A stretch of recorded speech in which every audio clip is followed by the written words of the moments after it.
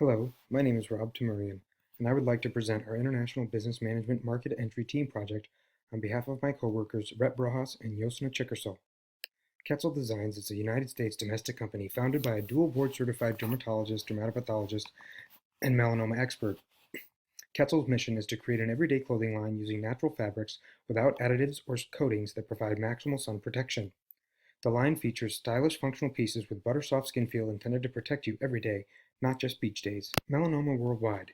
The incidence of malignant melanoma in Caucasian populations generally increases with decreasing latitude, with the highest recorded incidence occurring in Australia, where the annual rates of melanoma are 10 to 20 times the rates in Europe for men and women respectively. So why Quetzal? Well, melanoma is on the rise and is deadly. Melanoma is the least common, accounting for roughly 2% of all skin cancer cases compared with squamous and basal cell carcinoma. However, melanoma represents the most deadly form of skin cancer responsible for the vast majority of skin cancer deaths. If current practices regarding sun protection were working, we would not see a doubling in melanoma rates since 1973. At Quetzal, we constantly challenge the status quo to develop better ways with which to clothe and protect ourselves from the deadly rays of the sun. As a result of their high-risk profile, Australia and New Zealand are progressive regarding the use of sun protective clothing at the beach, sunscreen access programs, skin cancer screenings, all of which have promoted higher survival rates for their melanoma patients. Unfortunately, the rates of melanoma continue to rise. Quetzal believes the Australia-New Zealand population will be quite receptive to an everyday clothing line with sun protective properties and willing to invest in the health and future of their children by taking every opportunity to reduce their sun exposure in an effort to protect their subsequent generations from melanoma, the most deadly form of skin cancer. With Quetzal's unique products and company's founder's mission indicate that Australia most likely represents an ideal international market to enter, therefore starting the process of globalization. Let's consider the Australia-New Zealand target. Does the government welcome or discourage foreign investment? Well, the United States and the Commonwealth of Australia have a very close relationship. Australia-New Zealand-United States Treaty of 1951 was signed, and then again renewed in 2001. This includes the stationing of U.S. Marines in Australia and more frequent U.S. Air Force flights. Australia was one of the first countries to commit troops in Iraq and Afghanistan after the attacks of 9/11 2001. The United States and Australia have an established free trade agreement and have worked together to form the Trans-Pacific Partnership Agreement promoting trade and investment liberalization in the Asia-Pacific region. The United States and Australia have a long-established history of exports and imports to and from both nations. Over the past 20 years, these business transactions have continued to increase, and considering the close relationship between political factions and business entities, there does not appear to be a slowing down of trade between these two countries. Austrade is a government-run website offering a wealth of knowledge for businesses wishing to expand into Australia. This goes to show Australia's commitment and openness to foreign investment. Startup companies enjoy great flexibility under licensing and other regulatory frameworks. It takes only one procedure to start a business, and no minimum capital is required. Flexible labor regulations facilitate a dynamic labor market, increasing overall productivity. In 2014, the government lifted price controls on electricity to encourage market-based production of power, all of which produce favorable conditions to do business in Australia. As the saying goes, there are two things guaranteed in life, death and taxes. Australia offers competitive corporate tax rates in an established tax treaty with the United States. In the event we expand to set up permanent residence in Australia, franking dividends are an arrangement in Australia that eliminate the double taxation of dividends. Dividends are dispersed with tax imputations attached to them. The shareholder is able to reduce the tax paid on the dividend by the amount equal to the tax imputation credits. Basically, taxation of dividends has been partially paid by the company issuing the dividend. Although this tax law will not benefit us initially as foreign investors, but if we establish a permanent operation with FDI, it will be advantageous to the viability of our business. Australia has a very open market with minimal restrictions on imports of goods and services. This has increased productivity, stimulated growth, and made the economy more flexible and dynamic. Australia continues to push ahead with trade liberalization, unilaterally, bilaterally, and multilaterally. This strengthens international economic collaboration and reduces the risks facing the global economy, which bolsters growth.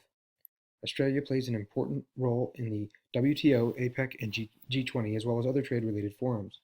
Australia has also negotiated bilateral and regional trade agreements with a wide range of countries to strengthen trade and investment flows. Australia is also a signed member of the World Trade Organization's Agreement on Trade-Related Aspects of Intellectual Property, or TRIPS, which sets minimum standards for intellectual property protection and enforcement, as well as the World Intellectual Property Organization and Asia-Pacific Economic Cooperation Forum. What this means to us essentially is that our brand will be well protected under the laws in Australia that are associated with organizations in regards to intellectual property. In addition, there is very low political conflict between the United States and Australia. China is Australia's largest trading partner, and this close trading relationship does not seem to have affected the US and Australia's relationship. Since the First World War, Australia has fought alongside the US in every major conflict. Prime ministers of Australia have made frequent visits to the United States over the past 10 years. John Howard, Kevin Rudd, Julia Gillard, and Tony Abbott have not skipped an annual trip spanning more than a decade. US presidents similarly have made frequent stops, with each president between George H.W. Bush to Barack Obama all visiting Australia. Australia has a stable political environment with well-established and transparent political processes, a strong legal system, and a professional bureaucracy. Anti-corruption measures are generally effective in discouraging bribery of public officials. Australia's judicial system operates independently and impartially. Property rights are secure, and enforcement of contracts is reliable. Expropriation is highly unusual.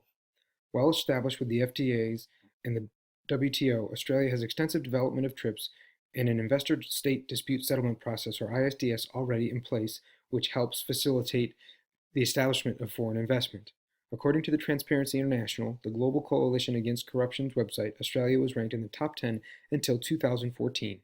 This chart, obtained from austrade.gov, clearly shows the talent, education, and overall health in terms of the skill pool of potential candidates to assist us in growing our clothing line in Australia.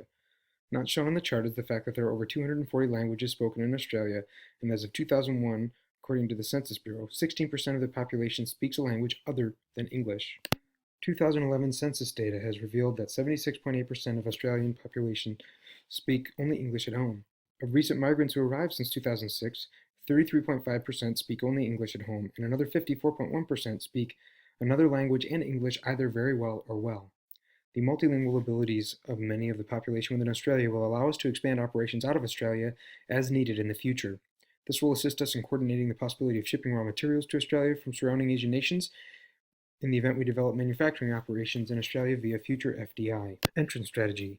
There are many different modes of entry that should consider when expanding internationally from the United States to Australia, which includes exporting, joint ventures, licensing and franchising, and foreign direct investment. Time pressure and mobility of funds will affect the choice of market and the mode of entry for quick penetration into a foreign market. Of the many decisions required to develop an entry strategy, one must consider organizational objectives, the choice of market, the need for control of operations, internal resources, as well as opportunities and constraints. We aim at expanding into international business for sales of sun protective clothing from the United States to Australia.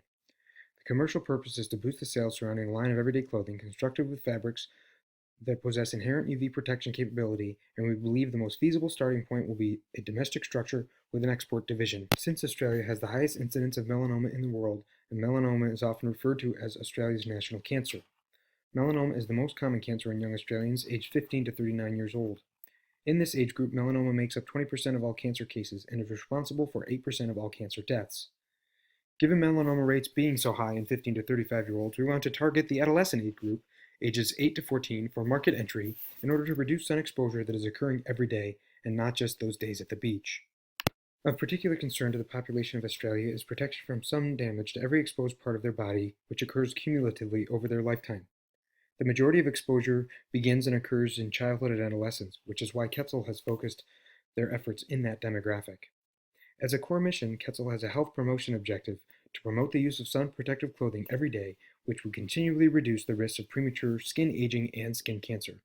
Let's consider manufacturing, a Quetzal core competency. Sun protective clothing is produced from a fabric rated for its level of ultraviolet or UV protection. A UPF rating of 50 or greater is ideal. Quetzal has sourced and tested each garment, ensuring a UPF rating of 50 or higher, utilizing natural fabrics that have the proper weave, color, weight, stretch, and skin feel so that customers will want to wear these clothes every day. In addition, proprietary design and fabric development will be key intellectual property for Quetzal, with which Australia is a very low-risk environment regarding the protection of their intellectual property. For the initial period, all manufacturing will take place in the United States through the existing production units for our clothing. Quetzal will maintain quality control as well as adherence to specific design parameters, including styling appropriate to the product's identity and form. This relevance and control are among the primary factors when deciding the mode of entry. Sun protective clothing and textile fabric manufacturers are currently a self-regulating industry in North America, prescribed by the AATCC and the ASTM methods of testing. which Quetzal adheres to for all fabrics utilized in garment creation. With Australia's open market, foreign investment is crucial to Australia's economy. It improves competition and productivity, encourages innovation, and gives Australia opportunities to diversify, which will expand their economy via job creation and contribute more broadly to the regional and global markets. As we consider entry strategy decision making, we must align our entry mode with organizational objectives, and all of these questions must be answered to determine a viable entry mode and strategic organization. Having considered the advantages and disadvantages of each entry mode, together with the organizational objectives, motivation, and resources available, exporting will be the best option as a short-term strategy for quick penetration into the new market. With a low intensity of investment and high control, we can engage the distribution network. Moreover, having the ability to ship global orders almost immediately, we can leverage on this core competency to serve the market as soon as we enter. Once the distribution network is created, we can look for franchising as a medium-term strategy. This would save on the shipping costs, which would be quite high given the geographic distances between the United States and Australia.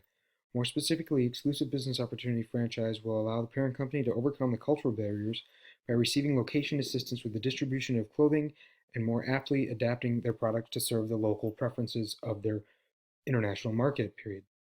The franchisee buys the exclusive right to then manufacture per Quetzal standards and sell the sun protective clothing. The raw material will be sourced by the franchisor, clothes manufactured at the manufacturing units used by the franchisee. Through this form of entry, the parent company would still have a reasonable amount of control to ensure that manufacturing distribution process is efficient.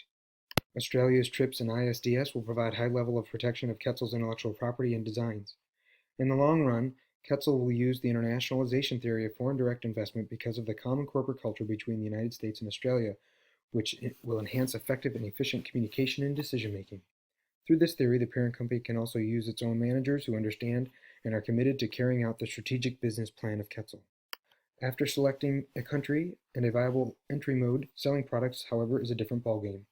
One has to understand local market factors, limitations of local infrastructure and culture. Do we standardize the product or adapt to local markets? Will my brand image be lost in translation? Given the international standards for sun protection clothing, we cannot deviate from the standards. In the adult market of Australia, Mont 50, Cabana Life, and Cooleybar are currently producing a mix of everyday and beachwear sun protective clothing. Currently, there are no firms dedicated to the production of everyday children's clothing sourced and fabricated with breathable everyday fabrics.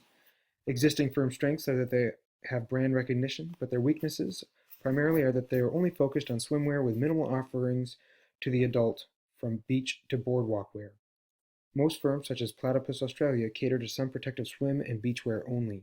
Social media and marketing already exist and will be used to develop activities aimed at changing or maintaining people's behavior for the benefit of individuals and society as a whole.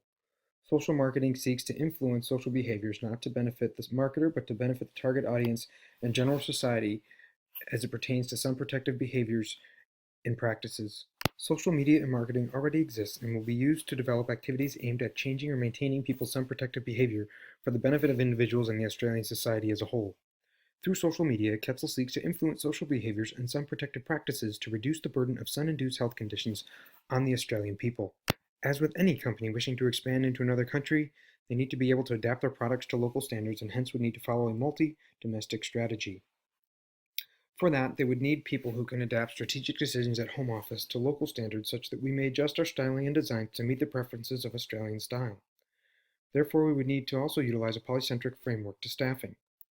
Over time, Quetzal shall establish an Australian regional office that would include a procurement office and franchisee development office to which the franchisee would report. The Compliance Office for Quality Control and Quality Assurance will help ensure standards are maintained by the franchisee, as well as the financial and operational controls would report directly to United States headquarters. The Chief Operations Officer of the Australian Regional Office shall report to the Global COO in the USA-based office. In conclusion, Quetzal Design's flagship product and core competencies fit well into Australia's culture and represent an outstanding market opportunity. Australia's progressive stance on foreign investment, import, export, and trade result in an efficiency of doing business and represent a wise choice as an international market for initial entry into globalization. Quetzal's organizational strategy will allow for an agile process and adaptability which will maximize the balance between localization and globalization. Thank you for listening. References for review.